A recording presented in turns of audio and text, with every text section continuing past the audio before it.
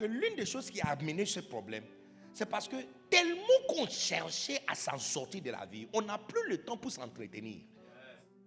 On a quitté Jérusalem. On est en train d'aller vers Jéricho. Et ça crée des problèmes. Parce que maintenant, il ne voit plus rien. Regarde, il n'a plus sa lunette. Il n'a plus ses lunettes. On a enlevé même ton sac, même il y avait quoi à l'intérieur? L'argent à l'intérieur. Hein? Il y a quoi? Il y a l'or dedans. Il y a l'or aussi à l'intérieur. Il y a quoi encore à l'intérieur? Il y a ton passeport. Passeport, certificat. Certificat aussi à l'intérieur. Hein? Certificat de terrain. Oui. À l'intérieur. Il veut aller vendre ça à Jéricho. Mais là, il a tout perdu. Toute sa vie, tout ce qu'il a gagné dans sa vie, il a perdu à un seul coup parce qu'il a quitté Jérusalem pour aller à Jéricho. Dieu est en train de donner conseil à quelqu'un ici. Parce que tu vois, plusieurs fois, tu vois des personnes que Dieu guérisse et il lui dit, ne fais plus ça. Sinon, quelque chose pire que ça va arriver. Ne fais plus ça. Vous devrez accepter que quitter Jérusalem. Parce qu'il y a certaines personnes aussi qui viennent et qui cherchent la puissance de Jésus. Et dès qu'il reçoit la grâce, ils s'en vont. Parce que ce qu'il veut vraiment, ce n'est pas rester à Jérusalem. Ce qu'il veut vraiment, ce n'est pas changer. Ce qu'il veut vraiment, ce n'est pas rester dans la présence de Dieu et donner des retours à Dieu qui l'a fait du bien. Ce qu'il veut, c'est aller à Jéricho. Donc comme il a été blessé, bon, guéris-moi pour que je continue le voyage.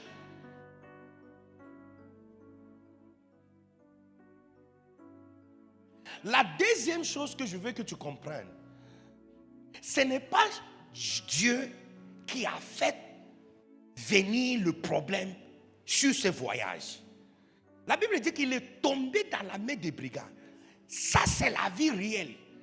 Il y a des choses qui peuvent t'arriver et tu vois que en fait, tu n'as pas donné ton accord à un homme. Mais là, tu n'es plus vierge. Et ça t'affecte. Ça t'affecte. La vie peut te voler ta virginité. La vie peut te voler même l'amour de ton cœur. La vie, regarde, là où il est assis, on a volé. Non, bon, vous pouvez vous retirer pour qu'on lui voit clair. On doit voir vraiment. Enlève les chaussures aussi. Comme tu as pris ça, il faut enlever. Regarde. La vie a enlevé sa capacité de voir. Maintenant, il ne voit plus. Maladie peut enlever votre capacité de voir. Le problème peut enlever tout le travail que tu as fait. Donc tu peux travailler pendant 40 ans et des problèmes arrivent qui vont avaler tout l'argent que tu as gardé. Ça, c'est la vie. Et ça, c'est l'histoire que Jésus nous raconte aujourd'hui. Look, mais il va continuer à Jéricho comment? Il n'a plus de chaussures. Il n'a pas l'argent. Il y a des choses qui peuvent arriver dans ta vie et enlever même ta capacité de continuer à vivre. Enlever ta capacité de marcher. Enlever ta capacité d'avancer. Ça arrive. Le pire dans cette situation, c'est qu'on trouve aussi des personnes, donc tu as l'espoir, peut t'aider. Et tu mets ton espoir sur ces gens de personnes. Parce qu'à ton avis, lorsque tu vois le prêtre en train de venir, il y a certaines personnes qui sont assises ici. Dieu merci pour Pasteur Mohamed. Sinon, il y a longtemps tu as décidé de ne plus être chrétien ou prier. Bon, tu crois en Jésus, tu crois en Dieu, mais tu ne veux pas aller à l'église. Il y a beaucoup de personnes, vous avez été chargés. La vie t'avait chargé de faux pasteurs.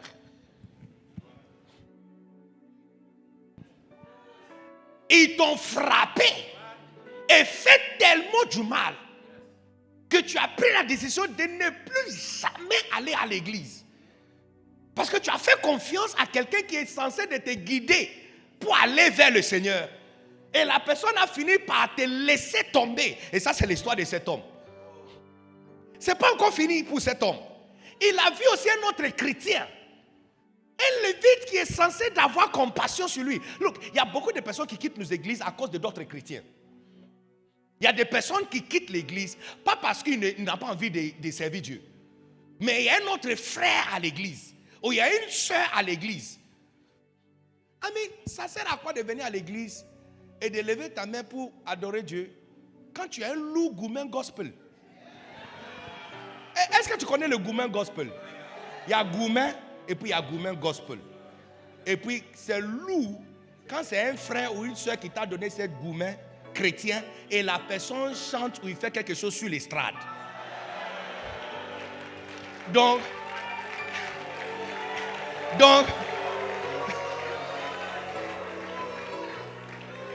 dépousser encore. Donc tu vois que quand tu viens à l'église là, il est temps de chanter, on lève le main. Et puis c'est lui-même qui chante ces jours-là. Les gens te voient en train de pleurer, mais ils ne savent pas que ce n'est pas le Saint-Esprit qui fait ça. Ça, ce n'est pas œuvre de Saint-Esprit. C'est un lourd gourmet gospel. Donc finalement, tu décides de ne plus venir à l'église. Parce que tu dois faire avec le visage de cette personne tous les jours. Et chaque fois, tu viens adorer Dieu. Tu fermes les yeux, tu lui vois dans ton cœur. Tu ouvres les yeux, il est physiquement devant toi. Il y a beaucoup de personnes qui quittent l'église à cause d'autres personnes à l'intérieur de l'église. Mais tu vois, dans cette histoire, on a une très bonne tournure d'histoire. Que une personne qui n'attendait pas est venue sur son chemin. Le bon samaritain. Et quand ce bon samaritain est venu, regarde ce qu'il a fait. Il est descendu de sa monture. Il était assis en haut. Lui, il est en bas. Lui, il est en bas. Regarde, moi, je suis en haut ici. Lui, il est en bas. Couche-toi. Lie down. Lie down. Yes. Yes. Regarde. Lui, il est en bas. Au lieu de rester en haut, il est descendu. Look, je vais dire à quelqu'un ici que Jésus va descendre dans ta situation. Je ne sais même pas où tu te trouves, où la vie t'a frappé jusqu'à te laisser en bas dans la boue. Je t'avais dit que je vais te raconter une histoire, n'est-ce pas? J'ai dit, il va descendre dans ta situation. Il va descendre dans la situation. Yeah. Look, les autres fondateurs de religion restent sous leur monture. Lui, il ne reste pas sur sa monture. Il descend. Il descend. Il descend. Je vais dire à quelqu'un ici, quelle que soit la boue que tu as créée, quel que soit le toit d'araignée qui t'a entremêlé et qui t'a lié, quelle que soit la complication, tu vois, il y a des problèmes, on peut te poser la question, c'est comment? Et la seule réponse que tu peux donner, c'est compliqué. Et quand tu dis c'est compliqué, c'est pas parce que tu n'as pas les mots pour expliquer, hein. C'est vraiment compliqué. Parce que si tu commences à raconter en français, ça va prendre 3h45 minutes pour nous donner l'introduction du problème. C'est vraiment compliqué. Et des fois, les gens évitent situations qui sont compliquées. Un jour, je cherchais, il y a un frère qui m'a demandé si je pouvais contacter quelqu'un, une connaissance en autorité par rapport à une situation. Bon, moi j'étais nouveau dans ce genre de choses, donc j'ai vite contacté la personne et j'ai fait la connexion. Il m'a rappelé après pour me dire, aucun de nos chefs veut se mêler dans cette affaire. C'est compliqué. Il dit, ce sont des affaires, si tu te mets dedans, ça va finir par te salir. Pasteur, priez pour lui et laisse-lui à Dieu. Non. Il y a des situations, personne ne veut entrer à l'intérieur. Parce que ça va finir par lui salir. Mais ce n'est pas le cas de Jésus.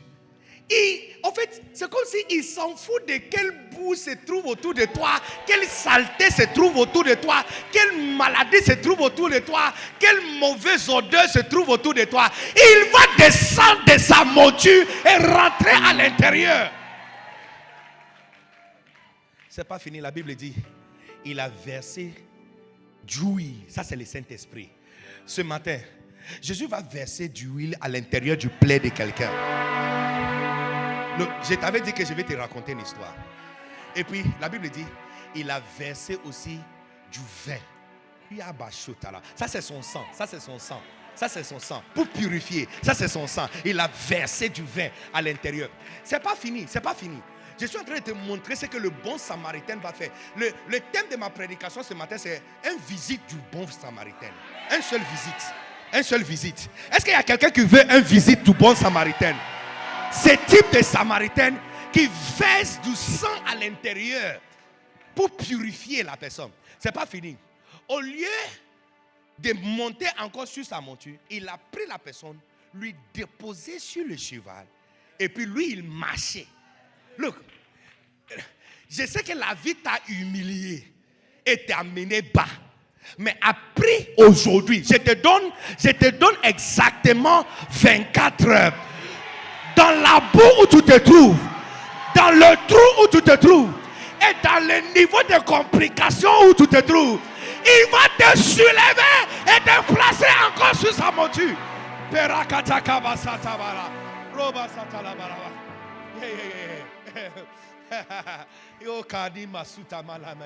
Tu as passé toute ta vie, tu as passé des années allongées. Tu as passé des années dans le trou. Tu as passé des années dans la saleté. Tu as passé des années dans la boue mélangée avec la saleté, avec les sangs mélangés, avec ces situations qui te rendent bas. Mais quand il va finir avec toi, il va te soulever et te placer encore sur le cheval. C'est pas fini. Il l'amène maintenant dans une hôtellerie. Look, avant, quand on t'amène dans les hôtels, c'est pour faire des choses que je ne peux pas dire dans le micro. Avant, quand on t'amène dans un hôtel, c'est pour faire des choses que je ne peux pas dire dans ce micro. Pardon, c'est le micro du pasteur Mohamed, je ne peux pas dire n'importe quoi ici. Mais il y a un temps qui vient. Jésus lui-même va t'amener dans les hôtels. Ta présence dans un hôtel ne sera pas parce que tu es là pour n'importe quoi. Mais tu es là parce que Jésus t'a placé là-bas. Il y a quelques années, il y a quelques mois en arrière, pas longtemps, peut-être en mars, je pense, un pasteur m'a invité en France, à Ville de Tours. Quand il m'a invité, au lieu de m'attendre à Charles de Gaulle pour m'accueillir là-bas, c'est ça, donc, en fait, je suis habitué à ça. Il a pris son vol de la France pour venir en Côte d'Ivoire, dormir à l'hôtel ici pour m'accompagner.